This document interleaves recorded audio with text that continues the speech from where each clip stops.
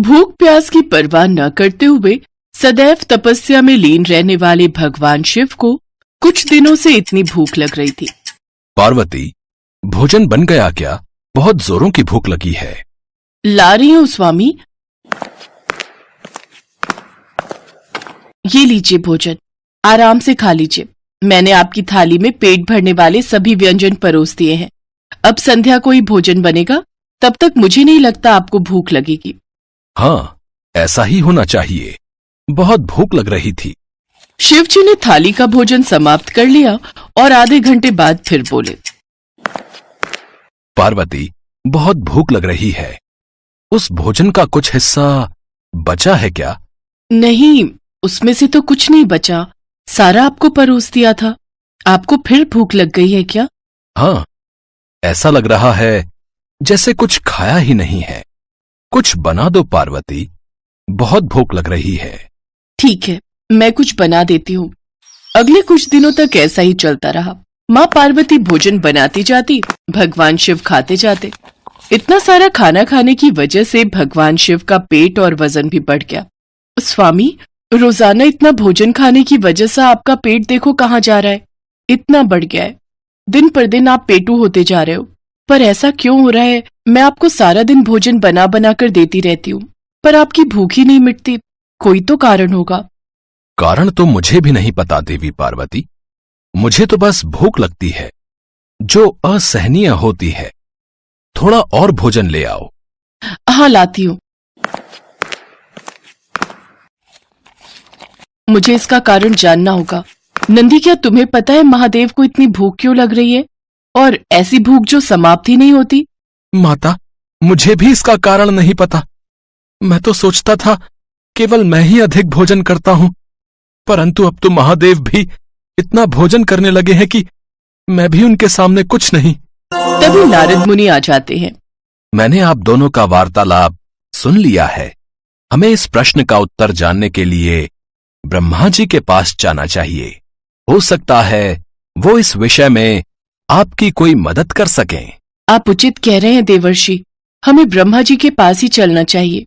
माँ पार्वती नारद मुनि और नंदी के साथ ब्रह्मा जी के पास पहुँचती हैं, पर ब्रह्मा जी के पास भी इस समस्या का कोई समाधान नहीं था। मैं खुद आश्चर्यचकित हूँ कि महादेव आखिर ऐसा क्यों कर रहे हैं। ये उनकी कौन सी लीला है? इसका उत्तर तो मेरे पास भी नहीं है। ब्रह्मदेव, हमारी सहायता कौन करेगा, ताकि हम जान पाएं कि महादेव के साथ ऐसा क्यों हो रहा है? मैं तो बहुत चिंतित हूँ। देवी पार्वती, सदैव से ही भगवान विष्णु ने महादेव को परिस्थितियों से निकाला है। हो सकता है उनके पास इस समस्या का भी कोई समाधान हो। हमें विष्णु जी के पास चलना चाहिए। ठीक है ब्रह्मदेव, ऐसा ही करते हैं। माँ पार्वती सबके साथ भगवान विष्णु के लोक पहुँचती हैं और उन्हें सारी बात बताती हैं। ये तो अधिक चिंता का विषय है देवी पार्वती। इसे सुनकर तो मैं भी हैरान हूँ। स्वामी, क्या आप इस बारे में जानते हैं? मुझसे देवी पार्वती की यह व्यथा देखी नहीं जा रही। ये सब एक भक्त को दिए वरदान के कारण हो रहा है। देवी पार्वती, महादेव स्वयं अपना वरदान देकर भूल गए हैं। कौन सा वरदान नारायण? देवी पार्वती, कुछ समय पहले महादेव के एक भक्त को एक रोग हो गया था, अधिक भूख लगने का रोग, जिसका कोई इलाज नहीं था। वो भक्त बहुत परेशान था। उसने महादेव की बहुत तपस्या की, और आप तो जानते ही हैं, महादेव तो भोलेनाथ हैं। जब जब उनका कोई भी भक्त किसी संकट में होता है, तो महादेव उस भक्त का संकट या तो दूर कर देते हैं या स्वयं पर ले लेते हैं। ऐसा ही उन्होंने उस भक्त के साथ किया।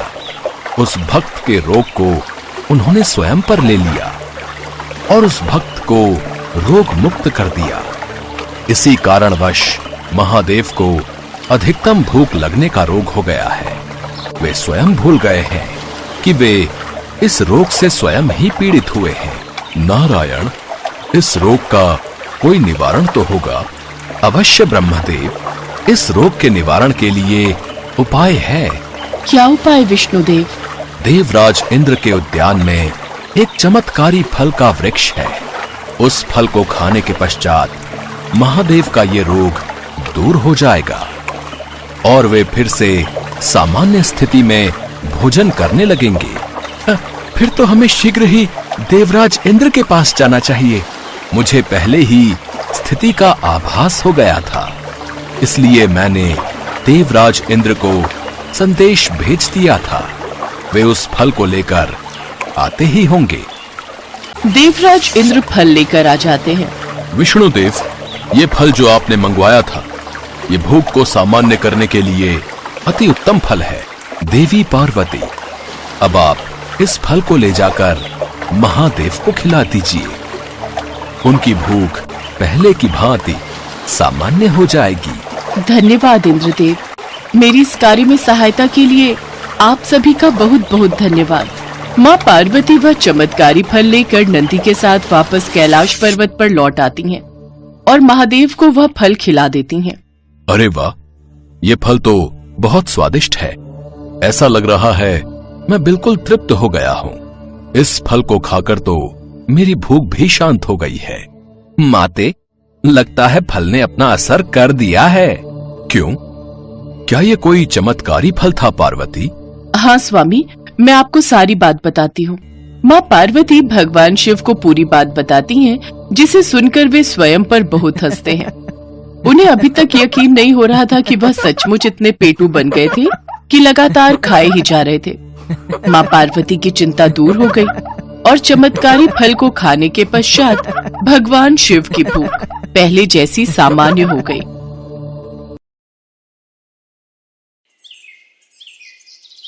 एक गांव में शिवम नाम का एक दूध वाला रहता था। उसके पास 2 भैंसें थी। वो हर सुबह उनका दूध निकालता और पूरे गांव में घूमकर बेचा करता था। शिवम का रोजाना का एक नियम था। दूध बेचने के बाद उसके पास जो भी दूध बचता था, उसे शिवम रास्ते में शिव जी के मंदिर में शिवलिंग पर चढ़ा देता था। उसका दोस्त मंगल रोजाना उसे ऐसा करते देखता था। एक दिन, शिवम, तू इतनी मेहनत से पूरे गांव में दूध बेचता है और जो दूध बच जाता है उसे तू शिव मंदिर में चढ़ा देता है। बाकी लोग तो शिवलिंग पर थोड़े से दूध में पानी मिलाकर चढ़ाते हैं। तू भी ऐसा किया कर और बाकी बचे दूध को इकट्ठा करके उसकी दही और घी बनाकर बाजार में बेच दिया कर। इससे तेरी दुगनी कमाई होगी। मंगल, मैं भोलेनाथ को अपना पिता मानता हूँ, इसलिए उनकी भक्ति और सेवा करता हूँ। भोलेनाथ की कृपा से मेरी इतनी कमाई हो जाती है जिससे मैं खुश रहता हूँ। शिवम मंगल की बात पर ध्यान नहीं देता। वो नियम से ही रोजाना दूध चढ़ाने का कार्य करता रहता था। एक दिन मंदिर के पंडित जी ने शिवम से कहा, शिवम, तू हर दिन महादेव का दूध से अभिषेक करता है। तेरी क्या मनोकामना है जिसके लिए तू ये सब कर रहा है? पंडित जी, मुझे भोलेनाथ से कुछ नहीं चाहिए। मैंने कई बार कुछ लोगों को दूध में पानी मिलाकर चढ़ाते देखा, तो मुझे लगा भोलेनाथ पानी मिला दूध पीकर कमजोर न हो जाए, इसलिए मैं उनको दूध चढ़ा देता हूँ। अच्छा, फिर ठीक है। एक दिन गांव में तेज बारिश हो रही थी। बारिश के कारण शिवम दूध बेचने नहीं जा सका। उसका आज सारा दूध बच गया था। उसने सोचा, आज इतना दूध बच गया है, मैं इसे शिवलिंग पर चढ़ा आता हूँ। शिवम, ये दूध तो बहुत सारा है, ये तो बहकर खराब हो जाएगा, तो फिर मैं इस दूध का क्या करूँ? पंडित जी, मैं ये दूध घर वापस भी नहीं ले जा सकता और ऐसे तो ये दूध खराब हो जाएगा। तुम एक काम क्यों नहीं करते? तुम इस सारे दूध की खीर बनाकर भोलेनाथ को भोग लगाकर गांव में खीर का प्रसाद बांट दो, इससे तुम्हें पुण्य मिलेगा। पंडित जी, ये तो आपने बहुत अच्छा विचार बताया है। मैं अभी जाकर बाजार से खीर का सामान लेकर आता हूँ। शिवम को पंडित जी की बात अच्छी लगी और वो बाजार से खीर बनाने का सामान ले आया। शिवम ने खीर बनाकर भगवान शंकर को भोग लगाया और सारे गांव में खीर का प्रसाद बांटा।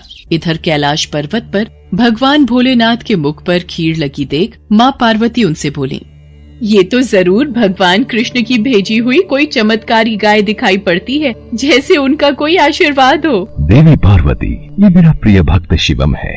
इसकी निश्चल भक्ति ने मेरा मन जीत लिया है। ये मुझे अपना पिता मानकर मुझे प्रतिदिन दूध और खीर का भोग लगाता है। ये मेरी चिंता करता है और मुझे बिना पानी मिला दूध चढ़ाता है। मेरे भोले भाले भक्त की भावना देखो, ये समझता है कहीं मैं पानी मिला दूध पीने से कमजोर न हो जाऊं, इसलिए ये दूध से अभिषेक करता है। प्रभु, फिर तो अपने इस भक्त पर कृपा करने के लिए हमें इसकी परीक्षा लेनी चाहिए। तो देर किस बात की देवी पार्वती, हम अभी पृथ्वी पर चलते हैं और अपने भक्त शिवम की परीक्षा लेते हैं। भगवान शिव और देवी पार्वती ने सेठ सेठानी का भेष बना लिया और शिवम के घर पहुंच गए। नमस्ते जी, कहिए आपको मेरे से क्या काम है?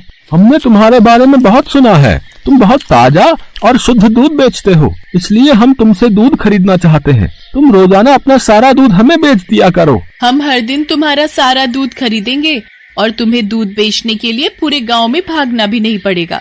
हमारे लोग यहीं से दूध ले जाएंगे और पैसे तुम्हें दे देंगे। मैं आपको सारा दूध नहीं दे सकता। मेरी भैंसें जितना दूध देंगी उसमें से थोड़ा दूध मैं भोलेनाथ के अभिषेक और खीर के प्रसाद के लिए रखूंगा। पर हमें तो रोजाना बहुत दूध चाहिए। तुम सारा दूध दे दो, भले ही दाम 4 गुना ले लो, तुम्हारी अच्छी कमाई हो जाएगी।